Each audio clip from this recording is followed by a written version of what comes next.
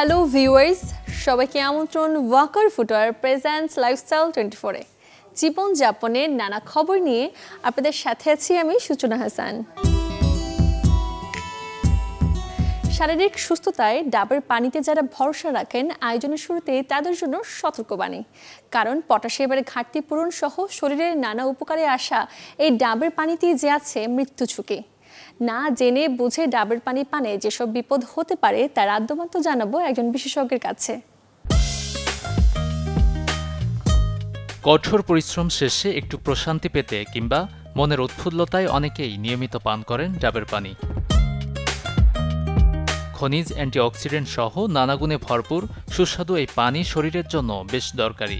তবে কখনো কখনো আবার ডেকে আনতে পারে মারাত্মক বিপদ। ঠিকঠাক না জেনে অতিরিক্ত ডাবের পানি খাওয়ায় আছে মৃত্যু ঝুঁকি।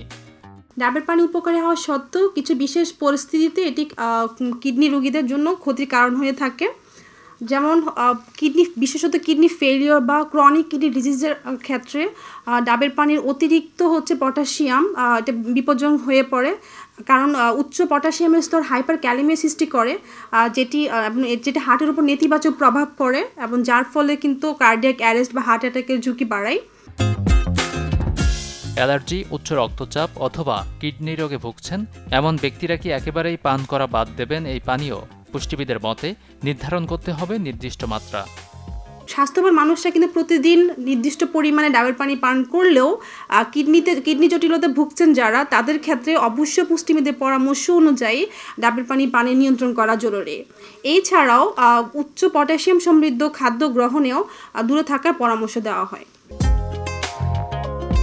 অন্যদিকে ডাবের পানি পান না করেও পেতে পারেন নানা উপকার। ত্বকের ক্ষুদ্র দাগ থেকে মুক্তি পেতে, মুখের লাবণ্য ও উজ্জ্বলতা বৃদ্ধিতে তা ব্যবহার করতে পারেন ত্বকে। গাজী আনিস, চ্যানেল 24।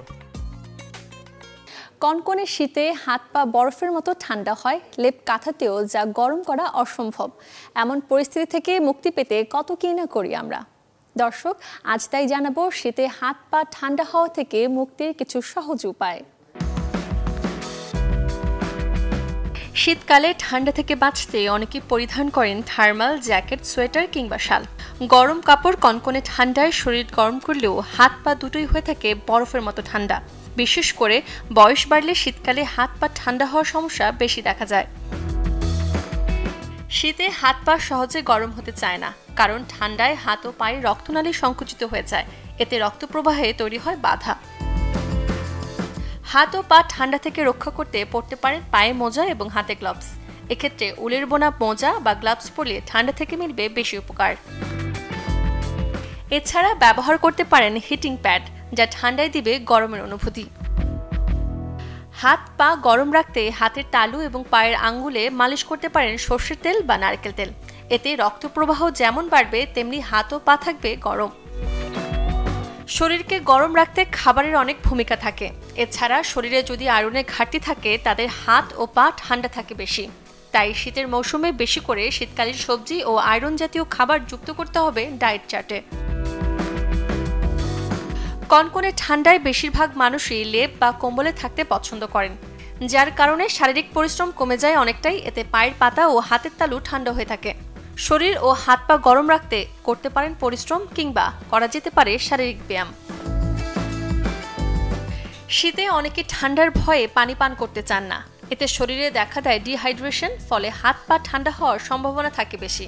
তাই ঠান্ডায় প্রচুর পরিমাণে পান করতে হবে পানি।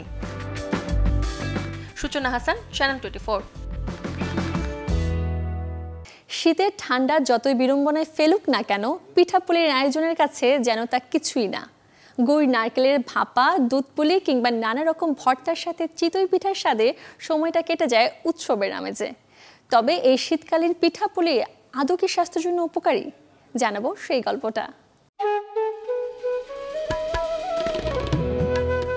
শীতের প্রায় সব পিঠার প্রধান উপকরণ আতপ চালের গুঁড়া। এতে আছে প্রচুর শর্করা, কিছু প্রোটিন আর খুব অল্প পরিমাণে ফ্যাট। এতে থাকা শর্করা শরীরে শক্তি যোগায়। এছাড়া ম্যাগনেসিয়াম, ফসফরাস, ম্যাঙ্গানিজ, আয়রন ইত্যাদি উপাদানও পাওয়া যায় আতপ চালে। খনিজ, আঁশ, ক্যালোরি, ভিটামিনের ভালো উৎস গুড়। খেজুর ও আখের গুড় দুটোই উপকারী। প্রতি 100 গ্রামে থাকে প্রায় 158 ক্যালোরি। নারকেল পিঠার অবিচ্ছেদ্য এক উপাদান। একটি মাঝারি আকারের নারকেলে থাকে 1405 ক্যালোরি। পানি থাকে 100 থেকে 150 মিলিমিটার। এতে স্যাচুরেটেড ফ্যাট বা সম্পৃক্ত চর্বি এবং আঁশ মেলে। অনেক পিঠা সুস্বাদু করতে বাদাম দেওয়া হয়। খনিজ, ফ্যাট, ভিটামিন, অ্যাসিডের আধার বাদাম। পিঠা তৈরিতে দুধও ব্যবহার করা হয়। প্রতি 100 গ্রাম দুধে খাদ্য শক্তি আছে 67 কিলো ক্যালোরি, প্রোটিন এবং ক্যালসিয়ামের যা ভালো উৎস। এছাড়া 1 গ্রাম তেলে পাওয়া যায় 9 কিলো ক্যালোরি খাদ্য শক্তি। তবে পিঠা খেতে গিয়ে থাকতে হবে সাবধান। পিঠায় ব্যবহৃত চালের গুঁড়া, খেজুরের রস এবং গুড় খেয়ে রক্তে চিনির পরিমাণ বেড়ে যাওয়ার আশঙ্কা থাকে। ডায়াবেটিস, হৃদরোগ বা কিডনি রোগীদের দুধ, গুড় ও নারকেল দিয়ে তৈরি পিঠা না খাওয়াই ভালো। শীতে হাঁসের মাংস জনপ্রিয় হলেও যারা কিডনির জটিলতায় ভুগছেন তাদের বেলায় এড়িয়ে যাওয়াই উত্তম। উচ্চ ক্যালোরিযুক্ত পিঠা খেয়ে ফেললে সেক্ষেত্রে 30 মিনিট হাঁটুন বা কায়িক পরিশ্রম করে নিন। উৎসনৈশী, চ্যানেল 24। প্রতিদিন ভোর হয়, সূর্য ওঠে। প্রতিটি দিনের সূর্যই নিয়ে আসে নতুন আলো। কিন্তু বছরের প্রথম সূর্যটা কি কখনো উদযাপন করেছেন?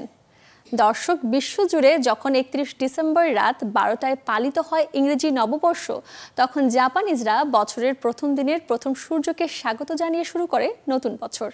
কেমন ছিল 2025-এর সেই আয়োজন? আপনাদের সাথে আমিও দেখব তা।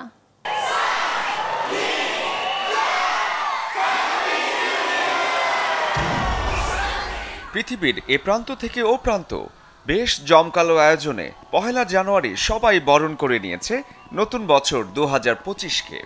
আতশবাজি, ফায়ারওয়ার্কস, নাচ, গান আর আলোর ঝলকানি আয়োজনে কমতি রাখেনি কোনো দেশই।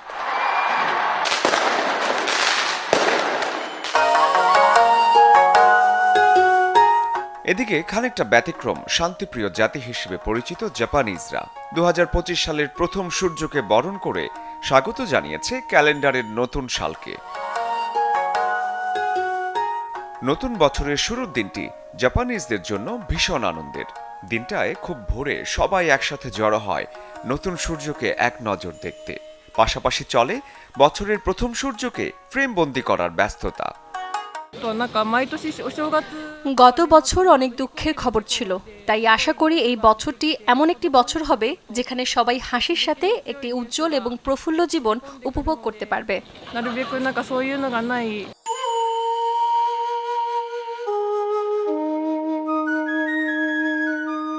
প্রায় প্রত্যেকেই জাপানি মুদ্রা ছুঁড়ে মারেন, কারণ তাদের বিশ্বাস এতে আসছে দিনগুলো ভালো যাবে সূর্যোদয়ের দেশে।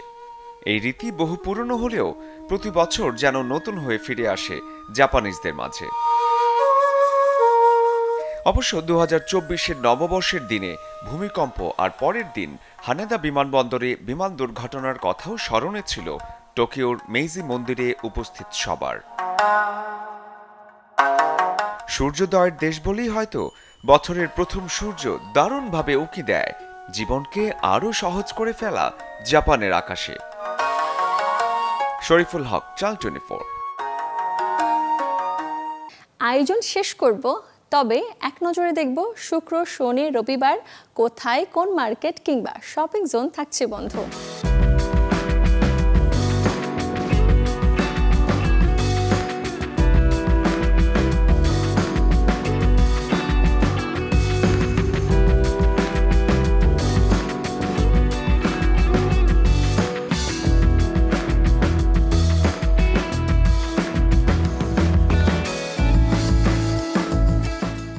এই ছিল ওয়াকার ফুটওয়্যার প্রেজেন্টস লাইফস্টাইল 24-এর আজকের আয়োজন।